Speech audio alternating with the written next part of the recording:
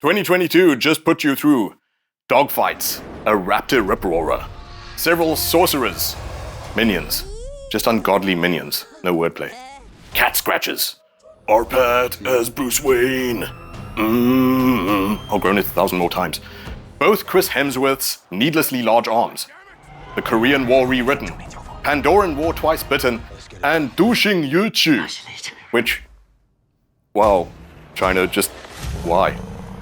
Apocryphal. Those were actually the worldwide top 10 grosses of this year in order. And you fought through it alive and hopefully unscathed. Tell you who wasn't unscathed through those pits of the pandemic though. In the decade before COVID, the majors, those studios, were releasing on average 90 wide release movies per year. In 2020, blockbuster material fell to only 34 releases. But the movies might be on the mend since this year churned 60 big titles from big studios. And I mean cinemas, excluding streaming. Maybe 2023 is looking green for the machine if this list of the blockbuster bound I'm looking forward to is anything to go by. Again, these are dates for the US or UK, which the rest of us usually take our lead from, especially since these movies target global dollar glory. Calendars out, kids. Here it comes. It's hard to think it was only by my darling Denis Villeneuve the world discovered Dave Bautista can deliver dead serious. And excellently menacingly. He was trusted to kick down the door on Blade Runner 2049, and M. Night Shyamalan gets this, so has him entering more gingerly with Knock at the Cabin. His performance looks so good in this.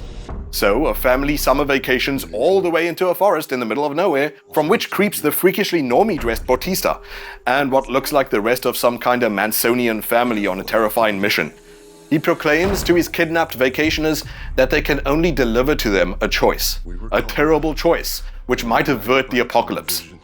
Our guess is, of course, they're being asked to sacrifice their daughter to save the world. It's delivered so well, there's no glee, no joy, some remorse about his mission. So like Bruce Willis a la Looper with a kid, and I'm also getting Lupita's duo family in Us. Lupa and Lupita. Love him or hate him, like Cameron, you've got to respect that Shyamalan makes his corn or classics on his own terms. I've got high hopes for February 3rd. And Wolf of Wall Street's a load of bull. Cocaine Bear's the pure, uncut truth, man. You with me? Bull, bears, Wall Street. And my only stimulant's 3 cups of wooden bean blood. Coffee. As a dude who's generally grossed out by the cash-conditional lols and cynical money-spin cinema of the Sharkcopter versus Snakequake 17 pipeline, I'm pleasantly surprised that this one looks like it commits and tries to make something worth your drug money. None of that doo-doo attitude of, don't charge man, we're just having a laugh, but definitely hand us tens of millions of dollars. Cocaine Bear has a solid cast, a decent looking bear that Leo might flinch at, and as well as seeming like a riot, looks like it aims to be hair-raising, shock and gore, doing OTT justice to the true story at its heart. Big props to director Elizabeth Banks, I hope it delivers February 24th. And another actor rightly taking a swing at the director role is Michael B. Jordan. I say rightly just remembering all the making-of footage from Creeds 1 and 2, where that young king was fully engrossed in every aspect of production. Respect the care. I cannot see Creed 3 topping the second that topped the first. This Rocky reinvention has been so good to us, and the acting by Jonathan Majors alone in this trailer threatens a title shot. Laser-focused acting, and MBJ's good as gold as always. Then it just needs action to match. Creed 3 weighs in March 3rd. These are family ties, I recognize mine, I know that they needed me. Traumatic stress, watch it manifest, got my only fear, I ain't scared of that. Did you hear me yet? I ain't scared of that. Did you hear me yet?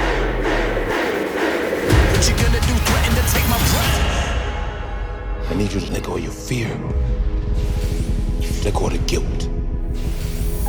Let go of whatever was and walk into what is. I feel those chains are breaking, yeah. I fear God, I don't fear death. I see those stripes and take a step. The Stones to make a high-budget dinosaur thriller before the other ones even fossilized. Audacity at Jurassic scale. 65 is basically a declaration of war on a franchise many dino lovers felt watered down Spielberg's original terror. I won't dwell on it because I covered its first trailer last week, but I'm digging its kinda janky feel. Like they burned through budget just landing Driver to sink their all into a single-serving, single-purpose survival horror on March 10th. And a tiny few franchises started out sorta janky too, with enough star power to believe in the labor of love. Keanu Reeves and Chad Stahelski have made miracles with their WICK series, off a single conceit of Murder Man gets apocalyptically mad about dogocide. Setting off the whoa heard around the world. John Wick 4 might follow suit and outdo the series. And sadly, 90% of action movies stealing double the budget. Bill Skarsgård seems a fine nefarious addition, and goddamn Hiroyuki Sanada. And Donnie Yen. Donnie Yen. Strength!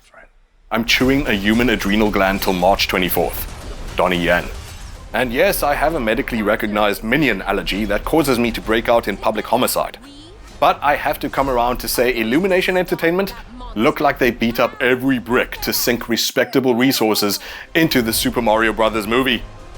If you can put that one voice out of your head for just 1 second, magnificent large-scale platforms these shots are. Go big! And seems like they eat the whole damn mushroom on the weirdness of the source material. Holding thumbs for no yawnsome, mocking observational snark. Dive deep into my childhood head trip, ye minion kin. Truly gorgeous. Let's hope they figure out some tweaks in sound design before March 31st, because, yeah.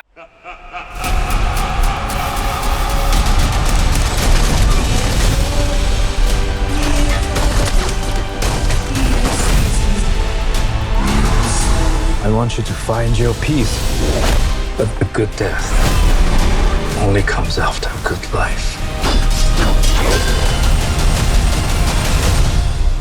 You and I left a good life behind a long time ago, my friend. I'm seeing a bunch of excitement on social media of people being like, no way, the indubitable Spider-Man's included. Or, lactose intolerant Spider-Man, so hype. Or, what? They're bringing back Fukuyama's actual end of history Spider-Man? Dope. And I do not know what you're talking about, but I'm so happy for you, cause even my noob ass is psyched for Spider-Man Across the Spider-Verse. What kind of multiverse would it be if it wasn't for everyone? Covered it last week? Sequel to a masterpiece, it's gotta at least come close, come June 2nd. And another minion I had to come around to over these years is Tom Cruise. There are not very many filmmakers who seem to be going, you paid what for a ticket? Hold my soul, I'ma die for you quick. Tom Cruise has your purest cinema entertainment at heart and the mind of a medieval Japanese army. Who hurt you, Tom Cruise? Or didn't hurt you enough? If I give Mission Impossible Dead Reckoning Part 1 a 10 up front, will you wear the Bubble Boy costume for life? Those words, Part 1, are like a slap in the face of the natural order. God scrolling his timeline like I call bullshit CGI. Another like WICK, embarrassing most of whatever's calling itself action for the past 10 years. Absolute respect. Stack of my cash, July 14th. I heard Tom Cruise offered to play Ground Zero in Oppenheimer. Classic Nolan, messing with time, it's felt like forever since he's dropped one of his big ones on us. Strewn through the trailers all sorts of evidence he once more consulted physics wizards for how to visualize the impossible, a la Interstellar. So shot for IMAX, on in IMAX, I'm hoping for a head trip close to the terror of the Space Odyssey tunnel. And bless the talented Cillian Murphy, promising the soul-crushing remorse of siring a nightmare into reality. Oppenheimer's ours, July 21st. This is far and away the most dangerous thing we've ever attempted. We've been working on this for years. We're gonna shoot it in Norway, and it'll be a motorcycle jump off a cliff into a base jump. I wanted to do it since I was a little kid.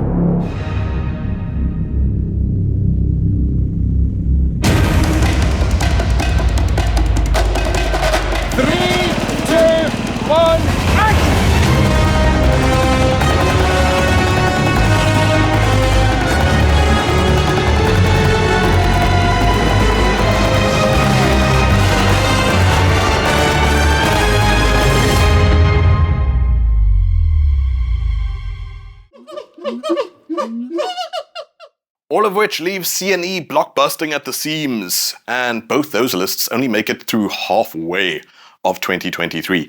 Thereafter, more big ones yet to get trailers unfortunately just yet. Scorsese and DiCaprio team up again for Killers of the Flower Moon, sending Leo on a deep, dark spiral to investigate a real-life mysterious chain of murders. Remember how well they filmed that feeling in Shutter Island? You give us the date, Marty, we'll give you the money. And one of his favorite directors, which is to say one of Martin Scorsese's favorite living directors, is set to psychologically screw us all over again. Ari Aster's calling Beau is Afraid a horror comedy. And we remember how hilarious Hereditary was, don't we? Or its leading man, Joaquin Phoenix. Hyperventilating till we get a date on this one. Also undated is The Killer. Clever name. I'm undaunted because David Fincher's rescuing the excellent Michael Fassbender from all the crap he acts in for some reason. Full trust in the Dragon Tattoo, Zodiac and Social Network director here. And I don't know what I'm reading or saying when I tell you the single word, night bitch. Where naturally the dynamic Amy Adams, who shares a birthday with me, fears she's turning into a dog. She can do no wrong. And I'll let you know when, soon as night bitch gets a date. Night bitch.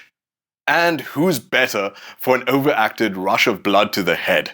Nicolas Cage finally gets to be an actual Dracula years after Vampire's Kiss. I know it's a vampire, not a Dracula. I'm feeling grateful for Renfield, played by Nicholas Hoult, who you just enjoyed in The Menu too. But not if Blade has anything to slay about it. Sad to see the Daywalk torch passed from Snipes to Mahershala Ali, though he is sickeningly talented. And Disney? Blade is a mad violent movie and has a smidge of blood. Figure this out. And daily I wake up in a desert sweat like Chani summoned me to the cause of Lisan al-Ghaib. Guys, the thought of Dune 2 puts me on edge. Huffing spice over here. In fact, it's left me such a wreck. See No Evil needs to hibernate for 2 weeks. I'm getting hairy already. I'll see you all again in 2023. Be good to each other and peace.